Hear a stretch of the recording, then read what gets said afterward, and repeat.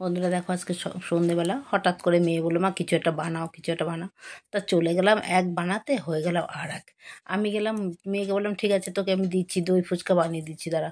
তা ফুচকা বানাতে গেলাম, ঘরে সুজি ছিল, সুজি দিয়ে আর দই ফুচকা করে দেবো ওকে। বলে ঠিক আছে। বেশ সুজিটাকে ভিজিয়েছি, তারপরে মনে পড়লো, গিয়ে দেখলাম যে না, শশা টশা কিছু নেই, তো দই ফুচকা হবে না।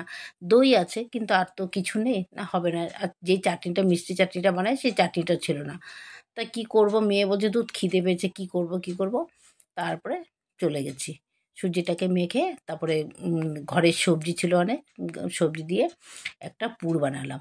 দিলাম আলুটাকে ঘষে দিয়ে দিলাম, একটু কালো জিরা ফোড়ন দিয়ে আলুটা পুর দিয়ে দিয়ে দিলাম তোমার একটু গাজর ঘষে, গাজর দিয়েছি, দিয়ে দিলাম একটু বিট আর তোমার ক্যাপসিকাম।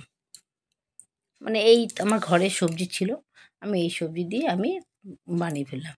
তার ভালো মতন নেড়ে নাড়াচাড়া করে যখন একটু বেশ মজে এসছে, তারপর আমি দিয়ে দিলাম একটু লবণ, পরিমাণ মতো লবণটা দিয়ে এবার আর ভাত দেখলাম হয়ে এসছে প্রায়। তারপর আমি দিয়ে দিলাম তোমার একটু গোলমরিচের গুঁড়ো, একটু ভাজা মশলা, একটু ম্যাগি মশলা আর একটু শাহি গরম মশলা। যেহেতু নিরামিষ, তা নানান ধরনের একটু মশলা না দিলে কী করে হবে, ভালো লাগবে না, মুখের টেস্টটা তো আসতে হবে না। আর দিয়ে দিয়েছি একটু পাতিলেবুর রস। আমার যদি আমচুরটা ঘরে থাকতো তাহলে আর লেবুর রসটা দিতে হতো না। তা আমচুর যেহেতু নেই, একটু লেবুর রস দিয়ে দিলাম। বেশ হয়ে গেছে আমার পুরটা। একটু চিনি দেবো, নামানোর আগে একটু চিনি দিয়ে দেবো।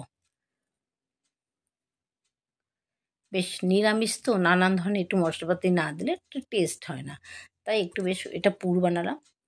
তারপরে একটা রুটির মতন বেলে নিয়েছি আমি, তোমার ওই যে সুজিটাকে ভালো মতন ওটা মেখে বেশ একটা রুটির মতন বেলে নিয়েছি বড় করে। তারপর ওটাকে বেশ টুকরো টুকরো করে কেটে নিয়েছি, এর মধ্যে পুর দিয়ে বেশ গুটিয়ে নেবো। বেশ ভালোই লাগলো, অসাধারণ, দেখতেও বেশ সুন্দর জিনিসটা লাগলো আর খেতেও ভালো লাগলো। তা ওর মধ্যে দেখো একটা করে পুর দিয়ে। বন্ধুরা তোমরা পুরো ভিডিওটা দেখো, ভালো লাগলে একটা লাইক করো, একটা কমেন্ট করো যে তোমাদের কীরকম লাগলো এই রেসিপিটা।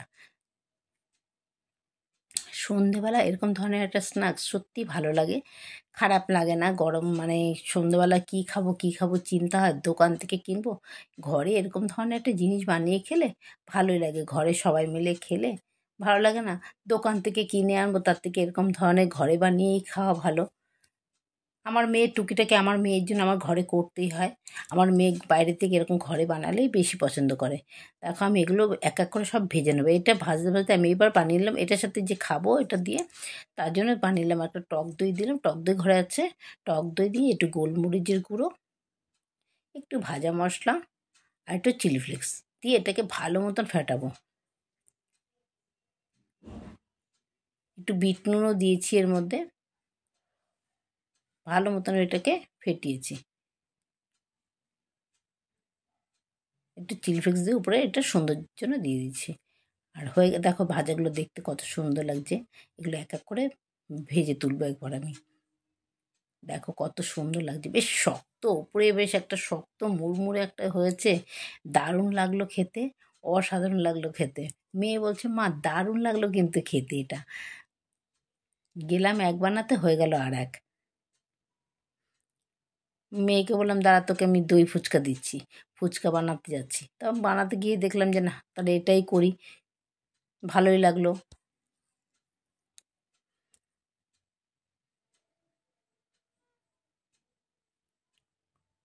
দেখো বন্ধুরা কত সুন্দর লাগছে, তোমরা এরকমভাবে একটু বানিয়ে খেও সন্ধেবেলা, দারুণ লাগে, ভালো লাগে, সবাইকে খাওয়াও, সবাই বলবে খেয়ে না ভালোই হয়েছে খেতে।